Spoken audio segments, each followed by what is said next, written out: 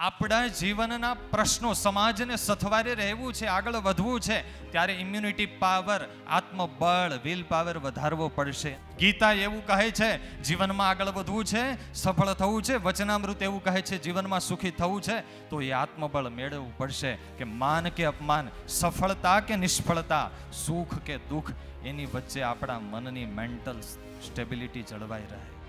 જીવનમાં એને દુઃખો આપણી કરતા જાજા હતા. તપાસ કરો, ધ્રુવ અને પ્રહલાદના જીવનમાં દુઃખો કેટલા હતા.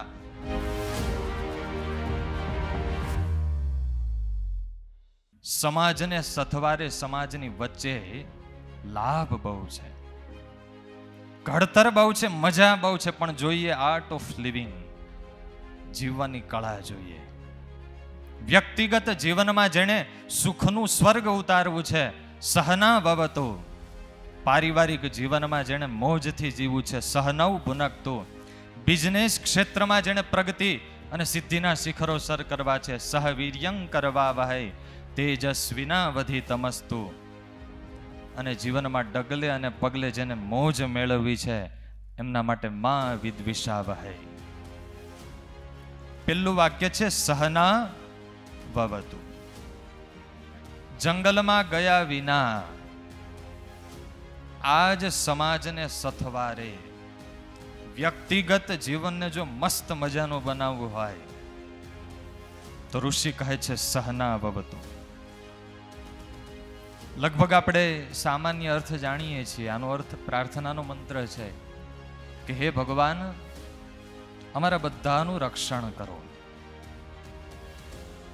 પણ ઋષિઓએ આનો અર્થ એવો કર્યો છે, થોડોક જુદો કર્યો છે. આત્મબલ પ્રદાનેન અવતુ. અમને દ્રઢ મનોબળ, મક્કમ મન અને વિલ પાવર આપીને અમારી રક્ષા કરો. ભારતના ઋષિઓએ ક્યારેય એવું માગતા શીખવાડ્યું જ નથી કે ભગવાનની પાસે માગો કે મારા જીવનમાં દુઃખ ન આવે, મુશ્કેલી ન આવે, સંકટ ના આવે. આવું ભારતના ઋષિ ક્યારેય ના શીખવાડે. એણે તો શીખવાડ્યું છે કે ઠાકોરજીને ખુલ્લી ચેલેન્જ આપો, દેવા હોય એટલા સંકટ, મુશ્કેલી અને પરિસ્થિતિઓને પ્રશ્નો દેજે, પણ એની વચ્ચે જીવવાનું મને મક્કમ આત્મબળ અને દ્રઢ આત્મબળ દેજે. કારણ કે જાણે છે એમની વચ્ચે જ જીવનનો વિકાસ છે. નર્સરીમાં છોડ હોય ને, સેફ ઝોનમાં હોય, ત્યાં એને તડકો પણ એને જોઈએ એવો માપનો મળે, ઠંડી પણ માપની મળે, પવન પણ ત્યાં ક્યારેય વટવૃક્ષ ના બને. એને જો વટવૃક્ષ બનવો હોય તો ખુલ્લા મેદાનની અંદર એને રોપાવવું પડે. એટલું નહીં, વાવાઝોડા સહન કરવા પડે, પવનના ઝંઝાવાતો સહન કરવા પડે, ઠંડી સહન કરવી પડે, ગરમી સહન કરવી પડે, તો જ એ વટવૃક્ષ બને છે. એમ મારા અને તમારા જીવનમાં પણ એવું છે. ડોક્ટરની પાસે કોઈ દર્દી આવે ને, વારંવાર બીમાર પડી જતો હોય, સહેજે ઋતુ ચેન્જ થાય તો એ તકલીફ થઈ જતી હોય, તો સુગ્ન ડોક્ટર એમ કે આ દવા લઈ જાઓ, અત્યારે તો સારું થઈ જશે, પણ તમારું શરીર બહુ નાજુક છે. તમારી ઇમ્યુનિટી પાવર, રોગ પ્રતિકારક શક્તિ વધારવાની જરૂર છે. જો રોગ પ્રતિકારક શક્તિ વધી ગઈ તો કોઈ વાતાવરણ તમને અડી નહીં શકે. એમ ભારતના ઋષિઓ એમ કહે છે, પ્રશ્નોથી, સમસ્યાથી ભાગો નહીં, ભગવાનને પ્રાર્થના કરો અને મહેનત કરો, આત્મબળ વધે. સહના ભવતુ. સુખ સગવડતાના, જીવન જરૂરિયાતના પદાર્થોના ઢગલા હોવા છતાં આજનો માણસ જે દુઃખી છે એનું કોઈ મોટું કારણ હોય તો આપણા મનોબળ પાપડ જેવા ફોફલા થઈ ગયા છે.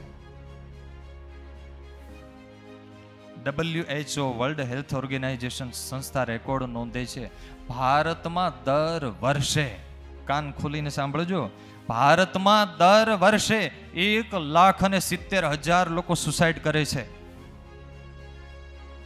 રોજના 242 પુરુષો આત્મહત્યા કરે છે, 129 મહિલાઓ આત્મહત્યા કરે છે. ફેમિલી ઇસ્યુને લઈને 84 પુરુષો આત્મહત્યા કરે છે. આ તો ખાલી આત્મહત્યા કરે એના આંકડા થયા. આત્મહત્યાના સંકલ્પ NCRB national crime record bureau નોંધે છે, ભારતમાં દરરોજને માટે 1 થી 1.5 કરોડ યુવાનો આત્મહત્યાના સંકલ્પ કરે છે. આ તો સંકલ્પની વાત થઈ. બાકી હતાશા, ડિપ્રેશન અને મૂડલેસ થઈને મુંહ લટકાવીને આટા મારનારા તો ઘણા, એની તો ગણતરી જ નથી. ઘણા તો એટલા નાજુક હોય, ધંધેથી ઘરે આવે અને શ્રીમતી જે જરા મીઠી સ્માઇલ ના આપે તો મૂડલેસ.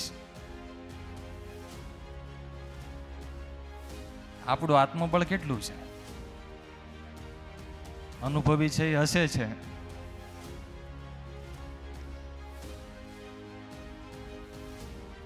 આપણા જીવનના પ્રશ્નો, સમાજને સથવારે રહેવું છે, આગળ વધવું છે, ત્યારે ઇમ્યુનિટી પાવર, આત્મબળ, વિલ પાવર વધારવો પડશે. એના વિના નહીં ચાલે. અને એટલા માટે ઋષિઓ કહે છે આત્મબલ પ્રદાનેન અવતુ. મારા અને તમારા જીવનની સમસ્યા એ છે, શારીરિક બળ વધારવા માટે, શારીરિક ફિટનેસ વધારવા માટે તો બહુ મહેનત કરીએ છીએ. આમાં લગભગ ઘણા યોગા કરતા હશે, વોકિંગ કરતા હશે, ઘણા જીમમાં જતા હશે, હેલ્ધી ફૂડ ખાતા હશે. શું કામે? કે શારીરિક ફિટનેસ વધે. શારીરિક ફિટનેસ વધારવા માટે જેટલી મહેનત કરો છો એનાથી વધારે મહેનત આંતરિક, માનસિક, મેન્ટલ ફિટનેસ વધારવા માટે કરો. એ કેમ વધશે? હે? કસરત કરે કે વોકિંગ કરે, આત્મિક ફિટનેસ નહીં વધે. એના માટે તો તમારે ગીતા હાથમાં લેવી પડશે, એના માટે ઉપનિષદના મંત્રોને સમજવા પડશે, એના માટે તો વચનામૃતના મર્મોને સમજવા પડશે, તો આંતરિક મેન્ટલ ફિટનેસ વધશે. ઘણા એક જગ્યાએ લખેલું કે જેના દિલ બહુ વારે વારે તૂટી જતા હોય ને, એને અંબુજા સિમેન્ટથી બાંધી દેવા એટલે તૂટે નહીં. સાહેબ એનાથી નહીં રહે. એના માટે તો ગીતાનો સંગ કરવો પડશે. એક જમાનો અને સમય હતો ભારત વર્ષનો, જ્યારે ભારતીય સંસ્કૃતિનો સૂર્ય 16 કળાએ ચળકતો હતો. ત્યારે ભારત માતામાં, ભારતની ભૂમિ ઉપર જન્મેલો એક એક બાળક, એક એક યુવાન, એક એક ભારત માતાનો સપૂત ગીતા, ભાગવત, ઉપનિષદના મર્મોને સમજતો. એના દ્વારા જીવન શું છે, આ જગત શું છે, સંબંધો શું છે, સમાજ શું છે, એ બધું સમજતો અને આંતરિક વિલ પાવરથી એ ઝળહળતો. જીવનમાં એને દુઃખો આપણી કરતા જાજા હતા. તપાસ કરો, ધ્રુવ અને પ્રહલાદના જીવનમાં દુઃખો કેટલા હતા. વસુદેવ અને દેવકી ભગવાનના માત પિતા દુઃખોની વણઝાર હતી. ભગવાન સ્વામિનારાયણના માત પિતા ધર્મદેવ અને ભક્તિ માતા, એના જીવનમાં દુઃખોની વણઝાર હતી. ગાંધીજી અને સરદાર પટેલના જીવનમાં જુઓ, અને છતાં એ ક્યારેય ઉદાસ થયા નથી, સુસાઇડના સંકલ્પ નથી થયા. શું કામ? વિલ પાવર, આત્મબળ હતું.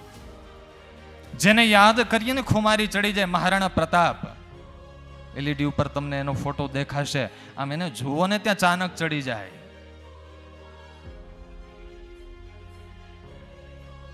શારીરિક ફિટનેસ એની કેટલી? 7.5 ફૂટની હાઈટ. કેટલી? 7.5 ફૂટની હાઈટ. એ જે બખ્તર પહેરતા એનું વજન 80 કિલો હતું. 80 કિલો. એ જે ભાલો રાખતા ને એનું વજન હતું 70 કિલો. 70 કિલોનો તો એનો ભાલો હતો, અને 35 કિલોની એની તલવાર રહેતી. બંને હથિયાર, ભાલો અને તલવાર સાથે રાખતા. કોઈ શત્રુ લડવા આવે, હથિયાર ના હોય તો પોતાનું એક હથિયાર આપે અને કે લડ મારી સામે. આ એનામાં શૂરવીરતા હતી. 28 વર્ષની યુવાન અવસ્થાએ મેવાડની ગાદી પર બેસવાનો અવસર એને મળે. નાનપણમાં આટલી મોટી જવાબદારી આવે, અને 37 વર્ષની ઉંમરે હલ્દી ઘાટીનું સૌથી મોટી જિંદગીનું યુદ્ધ આવી પડે. સામે 80,000 અકબરનું સૈન્ય, અને આમની પાસે માત્ર 20,000નું સૈન્ય. એક દિવસના ઘમસાણ યુદ્ધમાં મહારાણા પ્રતાપ એના 17,000 સૈનિકોનો કચર ઘાણ બોલી ગયો. અને છતાંય પ્રતાપ ઝાંખો નહોતો પડ્યો. જરૂર પડી તો ભામાશાહે ટેકો દીધો, આત્મબળ દીધો, અને એણે અંગ્રેજ બાદશાહ, એ મોગલ બાદશાહ અકબરની સામે યુદ્ધ જીતા. એ હતાશ નહોતા થયા, આત્મબળ હતું. ભારત વર્ષના મહાન ઋષિને યાદ કરીએ, અષ્ટાવક્રને, જેને યાદ કરીએ તોય પવિત્ર થઈ જવાય. યુવાની અવસ્થા 8 અંગે વાંકા, કદરૂપો ચહેરો, ચાલ્યા જતા હોય ને તોય મોઢામાંથી લાળવું પડે. છતાં એને જિંદગીમાં એક પણ વાર એવો સંકલ્પ નથી થયો કે હું કદરૂપો છું, એ ડિપ્રેસ નથી થયા. ખબર છે કે મારે આંતરિક સૌંદર્યની જરૂર છે, બાહ્ય સૌંદર્યની નથી જરૂર. અને આજે દુનિયાના 50% લોકો તો એમ જ ડિપ્રેશનમાં આટા મારે છે, હું હેન્ડસમ નથી. આમાં ઘણા બેઠા છે. કાં તો કે હું વધારે જાડો છું, કાં કે હું વધારે પાતળો છું, કાં કે વધારે લાંબો છું, કાં કે વધારે હાઈટ ઓછી છે. અષ્ટાવક્રના જીવનમાં આત્મબળ હતું. યાદ કરીએ રાજા જનકને મહેલ સળગે, સમાચાર મળે મહારાજ તમારો મહેલ સળગે છે, અને જનકનું રૂવાડું એ ના હરે. એમ બોલે કે જે મારું છે એ ક્યારેય સળગતું નથી, અને જે સળગે છે એ મારું નથી. આ છે આત્મબળ. મયુર ધ્વજ રાજા હતા, સગી પત્ની અને દીકરો કરવત મૂકે શરીર વાઢે, છતાં આંખમાંથી આંસુડું ના પડે. આ એસી ચાલે છે એટલે ટાઢાપુરના નથી હો. આમાં વડીલો બેઠા છે ને ખબર છે, એક જમાનો હતો ગામડામાં, એ ખેડૂતો ઘાસ કે મકાઈ વાળતા હોય અને ભૂલથી આંગળા કે હાથ વઢાઈ જાય ને સાહેબ, તો એ કાંડું કપાયેલું હાથમાં લઈને વૈદ પાસે જાય, સાહેબ ભૂલથી કાંડું કપાઈ ગયું છે. અને આજે તો જરાક થોડોક વધારે આમ ચપ્પાનો ચીરો પડી જાય ને તો 108 બોલાવી પડે છે. આપણે પૂજ્ય ભક્તિવલ્લભ સ્વામી છે નવસારીમાં, સંતો બધા ઓળખે છે. જુનાગઢ વાવનું સમારકામ ચાલતું હતું, ઉપરથી શીલા પડી, આખો સાથળ ભૂકો ભૂલી ગયો.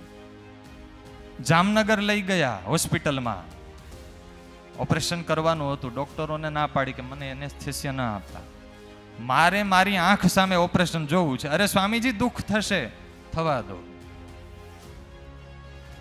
શાસ્ત્રીજી મહારાજનો છેલ્લી ઉંમરમાં બીમાર હતા ને ટેસ્ટ લેવાનો હતો, હાર્ટનું બ્લડ લઈને ચેક કરવાનું હતું, એનેસ્થેસિયા ના આપી શકાય. ડોક્ટરોએ કહ્યું સ્વામીજી પીડા બહુ થશે. સ્વામી કે થવા દો. સ્વામી આત્મચિંતનમાં, ભગવત ચિંતનમાં ઊંડા ઉતરી ગયા. આખો ટેસ્ટ પૂરો થયો, સ્ક્રૂ પીલો અંદર હાર્ટમાં, બ્લડ લીધું. છેલ્લે ડોક્ટર સ્વામીના ચરણોમાં પડી ગયા કે તમે ભગવત સાક્ષાત્કારી સાક્ષાત મહાપુરુષ છો, નહીં તો આ ટેસ્ટ થતો હોય ત્યારે આખી હોસ્પિટલ ગાજતી હોય અને તમારા ચહેરા ઉપર દુઃખની રેખાએ ના પડી. આ છે આત્મબળ. ત્યારે જીવનમાં તમામ જે ડિપ્રેશન આવે છે, હતાશા આવે છે, મૂંઝવણ આવે છે, એનું કારણ છે આપણું આત્મબળ ઘટે છે. ત્યારે આપણા ઋષિઓ એવું કહે છે, સહના ભવતુ, ઠાકોરજીની પાસે એવી પ્રાર્થના કરો અને એવો પ્રયાસ કરો, આત્મબળ વધે. ધર્મવલ્લભ સ્વામી એક બહુ જ સુંદર વાત કરે કે કોઈને દુખી કરવા નહીં. ધ્યાન સે સુનના, કોઈને દુખી કરવા નહીં અને કોઈથી દુખી થવું નહીં. જીવનમાં એવો સંકલ્પ કરવો કે આખી દુનિયા, આખું જસદણ, આખો પરિવાર, આખો સમાજ ભેગો થઈને નિર્ણય કરે કે આને મારે દુખી કરવો છે, છતાં આપણે એવી સ્ટેમિના પ્રાપ્ત કરવાની કે આખી દુનિયા ભેગી થઈને આપણને દુખી ના કરી શકે. અત્યારે આપણી પરિસ્થિતિ શું છે? હમણાં થોડા દિવસ પહેલા 25-50 યુવાનો સાથે બેઠેલા, એક પ્રશ્ન પૂછ્યો કે તમારા વિશે કોઈ ખરાબ તમારી ગેરહાજરીમાં બોલે તો દુઃખ ન થાય, એવા યુવાનો આંગળી ઊંચી કરે. સાહેબ એક પણ આંગળી ઊંચી ના થઈ. અમે સંતોએ કહ્યું કે તમે આટલા માઈક આંગલા છો તો જીવનમાં શું કરશો? હકીકતમાં આપણા સુખ અને દુઃખનું રિમોટ આપણી પાસે છે જ નહીં. આપણા સુખ અને દુઃખની ચાવી આપણી પાસે છે જ નહીં. ગમે ત્યારે ગમે એ વ્યક્તિ આપણને ઓન ઓફ કરી શકે છે, આપણને ટાઢા ગરમ કરી શકે છે, આપણને રાજી અને કુરાજી કરી શકે છે.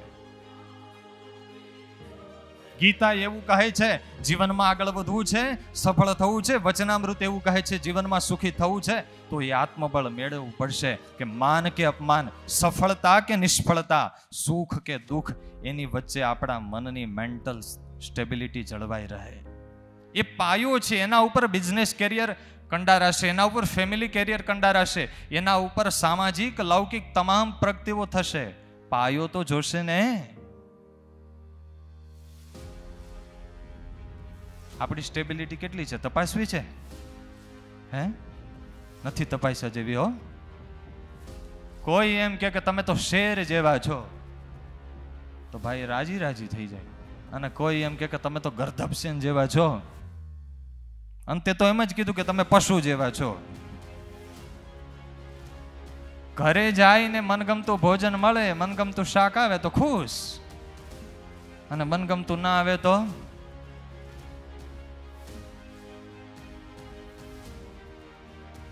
બે કલાક મોબાઈલ ના મળે તો, અને કોકને ત્યાં મહેમાન ગતિ કરવા જાવ ને 4G નેટ જો વાઈફાઈ ફ્રીમાં કનેક્ટ થઈ જાય તો જાણે આખો જગ જીતી ગયા. આપણી મેન્ટલ સ્ટેબિલિટી. ઘણી જગ્યાએ એસી હોય ને, હવે મી રિમોટ આવે છે ખબર છે ને, મીનો મોબાઈલ હોય ને તો ગમે એ એસી કનેક્ટ કરી શકે. એમ ઘણાના તો ડિવાઇસ જ એવા હોય ગમે એ કનેક્ટ કરી શકે.